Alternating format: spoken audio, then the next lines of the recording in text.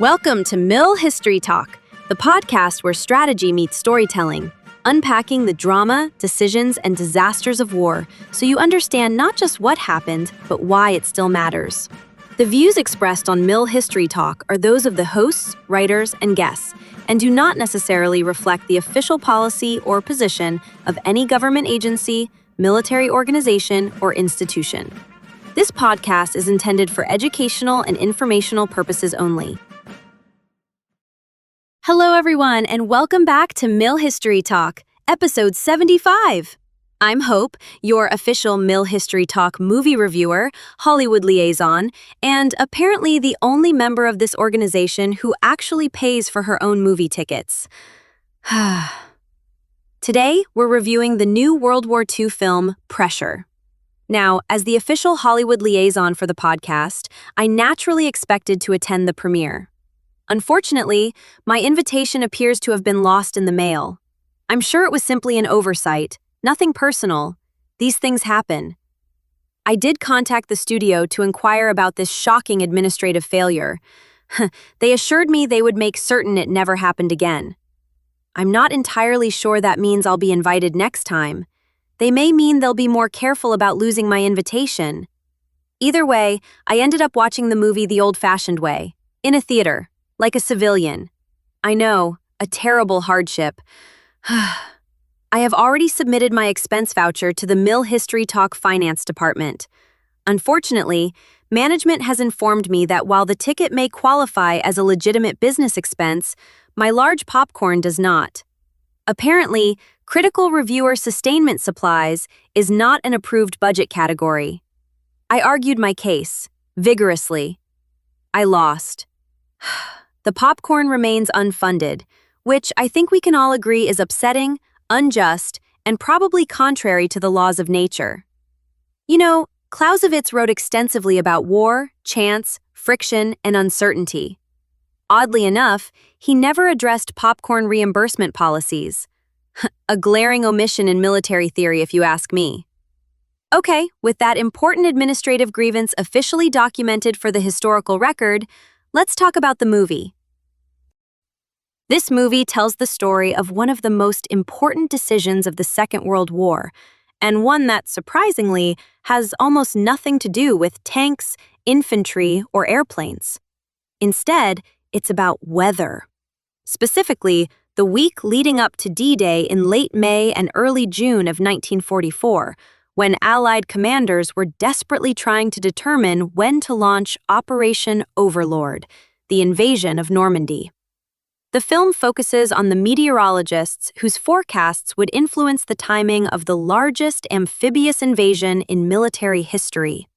The central figures are General Dwight Eisenhower, British meteorologist James Stagg, American meteorologist Irving Crick, General Bernard Montgomery, and Kay Summersby, Eisenhower's driver and secretary. The importance of weather cannot be overstated. D-Day required a very specific combination of tides, moonlight, visibility, sea state, and wind conditions. If the invasion was delayed too long, the Germans would have more time to prepare defenses, reposition forces, and potentially identify Allied intentions. The Allies also risked losing the element of surprise and disrupting an enormously complex operational timetable involving thousands of ships and aircraft. The pressure was real, and yes, the title of the movie is very appropriate. Now let's talk about historical accuracy. Overall, I would say Pressure is a very good historical film. Not perfect, but very good. The movie captures several things exceptionally well. First, it accurately conveys the stress and uncertainty surrounding weather forecasting in 1944. Modern audiences are accustomed to weather satellites, radar, computer models, and smartphone apps. None of that existed in June 1944. Imagine planning the largest amphibious invasion in history using weather reports that sometimes amounted to, "The barometer looks funny and a guy on a ship in the Atlantic saw some clouds." Compared to modern forecasting, it was a little like trying to predict next week's stock market using a magic 8-ball and pure confidence. Meteorologists relied on ship reports, aircraft observations, weather balloons, surface stations, and a great deal of professional judgment. The film does an excellent job showing just how uncertain forecasting really was and how much depended on imperfect information. In many ways, Clausewitz would have loved this movie. He famously wrote that war is dominated by chance, uncertainty, and probability, and that commanders are constantly forced to make decisions with incomplete information. That's exactly what we're watching here. Eisenhower isn't choosing between certainty and uncertainty, he's choosing between different degrees of uncertainty and hoping his experts are right. If you've ever read Clausewitz's discussions of friction, chance, and probability, this film is practically a 2-hour case study. Second, it captures the human cost of a bad decision. If the forecast was wrong, thousands of soldiers, sailors, and airmen could die. The movie never lets you forget that. Even though we all know how the story ends, the filmmakers successfully maintain the tension throughout the film. That is not easy to do. Everyone knows D-Day happened. Everyone knows the Allies landed. Yet somehow the movie keeps you wondering whether the decision will be made and whether the forecast will hold. Much of the credit goes to the acting and the musical score. Both are excellent. The film does take significant dramatic license. That's not unusual.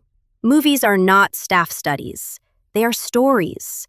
Pressure simplifies an incredibly complex command and staff process into a more manageable dramatic narrative. Real Allied decision-making involved many more personalities, staff sections, and competing considerations than the movie depicts. One notable omission is General Walter Bedell Smith, Eisenhower's chief of staff. Historically, Bedell Smith was one of the most important figures in Eisenhower's headquarters and deeply involved in planning and decision-making. He is essentially absent from the film. Likewise, General Omar Bradley is mentioned, but never receives a speaking role, despite commanding American ground forces for the invasion. Those omissions simplify the story, but also remove some important historical context. Another simplification involves James Stagg. The film sometimes presents him almost as a newcomer, struggling to gain Eisenhower's trust. Historically, Stagg had been serving as Eisenhower's chief meteorological advisor for months and had already earned considerable confidence from Allied leadership. The movie isn't wrong exactly. It's compressing relationships and timelines to increase dramatic tension. That's understandable, but historians will notice it. Now let's talk about the performances. Andrew Scott as James Stagg is outstanding. Absolutely outstanding. He portrays Stagg as a serious, intelligent professional, carrying an almost unbearable burden. His performance captures the personality of a man who understands that telling powerful people uncomfortable truths may determine the fate of thousands. I thought he was excellent. Brendan Fraser's Eisenhower is equally impressive. In fact, I think this may be the best portrayal of Eisenhower ever put on film. That's a strong statement, but Fraser avoids the trap of turning Eisenhower into either a saint or a caricature. He presents him as a thoughtful commander carrying immense responsibility while trying to make the best decision possible with incomplete information. The result feels authentic, human, and historically believable. General Montgomery is also portrayed well by British actor Damian Lewis. Most people recognize him as the actor who did an excellent job playing Major Dick Winters, the leader in the super excellent Band of Brothers miniseries. Most people don't know that he's British. In fact, some of the cast and crew of the miniseries didn't know that either. My only complaint with his performance is a simple physical one. The actor is too tall. Those familiar with Montgomery's appearance will probably notice that immediately. Montgomery was 5'7" tall. Lewis is 6'1", but the personality and mannerisms are well captured. Sometimes military historians notice weird things. Apparently, height is one of mine. Visually, the film is excellent. The uniforms look right. Particularly, I enjoyed seeing the engineer special brigade patches on many of the soldiers in the action scenes. The headquarters settings look right. The vehicles, equipment, and general atmosphere all feel authentic. Nobody had their rank on backwards, and Colonel Crick correctly as an Army Air Force colonel. Nothing jumped out at me as obviously wrong. The production team clearly invested considerable effort in getting the details right. The cinematography and score work together beautifully to maintain suspense throughout the film. Critics have highlighted the film's ability to create tension from discussions occurring largely inside command rooms, and I completely agree with that assessment. Now for my two personal issues with the movie. And I want to emphasize, these are personal issues, not necessarily flaws. First is Kay Summersby. I have never been particularly fond of the persistent rumors regarding a possible relationship between Summersby and Eisenhower. Those rumors have existed since the war. They have never been conclusively proven. The movie is very subtle, but it clearly hints there may have been something more than a professional relationship.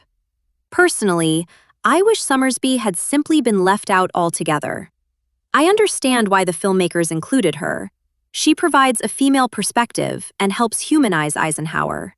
From a storytelling standpoint, it makes sense. I just wasn't a fan of that aspect.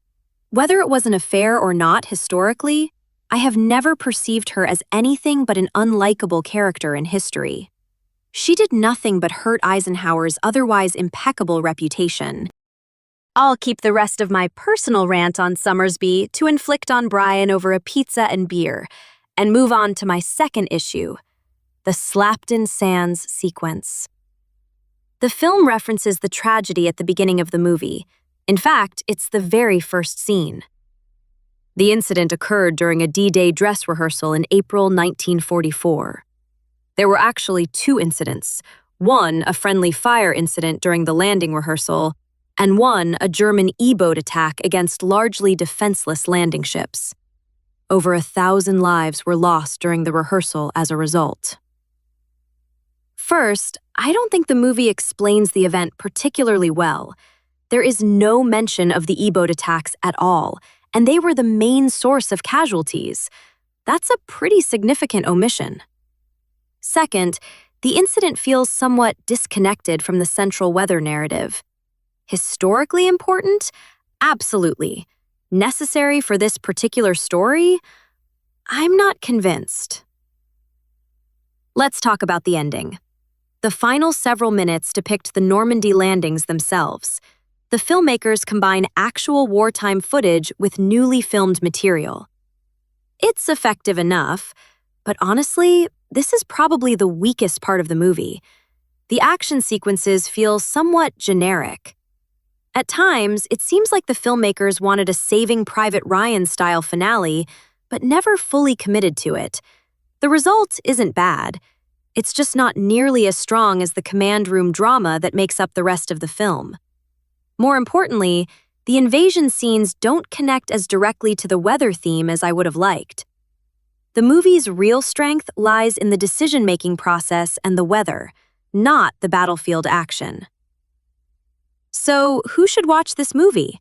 Honestly, almost everyone. You absolutely do not need to be a military historian to enjoy Pressure. The acting and tension carry the film. General audiences will appreciate the suspense and drama. Military history enthusiasts will appreciate the subject matter. That said, the more you know about D-Day, the more likely you are to notice the simplifications and omissions. Some historians may find those frustrating. I certainly noticed them, but I never found them fatal to the film. Pressure remains a thoughtful, intelligent, and well-made historical drama. It respects its audience. It respects the history. And it tells a fascinating story that many people have never heard before. Final rating: 4.5 stars out of 5. A very good movie. One of the better World War II films in recent years, and certainly one of the most original. One final note before I go. When I saw Pressure, one of the trailers shown beforehand was for the upcoming World War II film, Jimmy. It's about Jimmy Stewart's wartime service. Those of you who listen regularly know that Jimmy Stewart's military career is one of my favorite stories of the entire war. He wasn't just a Hollywood celebrity in uniform. He became a genuine combat leader and bomber commander. The trailer looked fantastic. I am genuinely excited for that movie. It appears to be handled with care and respect, and if the finished product is as good as the trailer suggests, it may become one of the year's best military history films. November can't get here soon enough. That's my review of Pressure. If you've seen the movie, let me know what you thought. Until next time, I'm Hope. Stay curious and keep studying history, and take time to go to the movies. But pick ones you know you'll like.